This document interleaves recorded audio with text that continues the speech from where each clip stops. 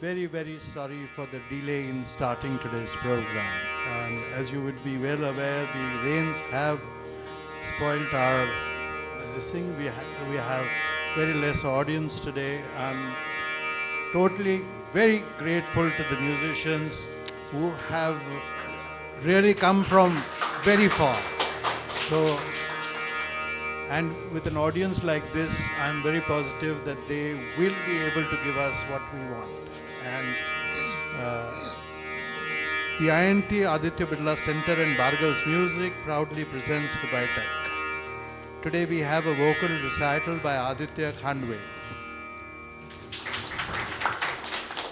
It's ably supported by Siddesh Bicholkar on the harmonium, Yati Bhagwat on the tabla, and the Gores on the tanpura. A little word about Aditya. Aditya started his initial training under his mother, Srimati Vidya KHANDWE. We are very fortunate to have both Aditya's mother out here and even his wife. Aditya has had a very wonderful advantage. He's had, one after the other, he's had wonderful gurus. Starting with Pandit Ratnakar Pai, quite a little bit from Pandit Yashwant Bua Joshi, and now he is very, very fortunate to learn under one of the greatest Jaipur singers of today's times, Dondutai Kulkarni.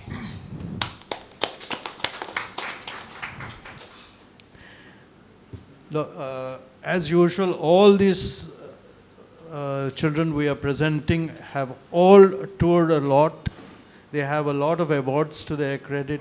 They have a lot of performances to the credit. I will not go into this. Yati started learning under the guidance of Sri Amit Patkar of the Ajarada Gharana, and he honed his skills under Suryaksh Deshpande in the Lucknow style. As usual, he has accompanied a lot of known artists and given solo performances also. Siddesh is a Sangeet Visharad from Akhil Bharatiya Gandharva Mahavidyalaya. He received guidance from his first guru, Sri Sharad Matkar in Goa, and later was under the tutelage of Pandit Tulsidas Borkar. He has also accompanied many well-known artists and given solo performances.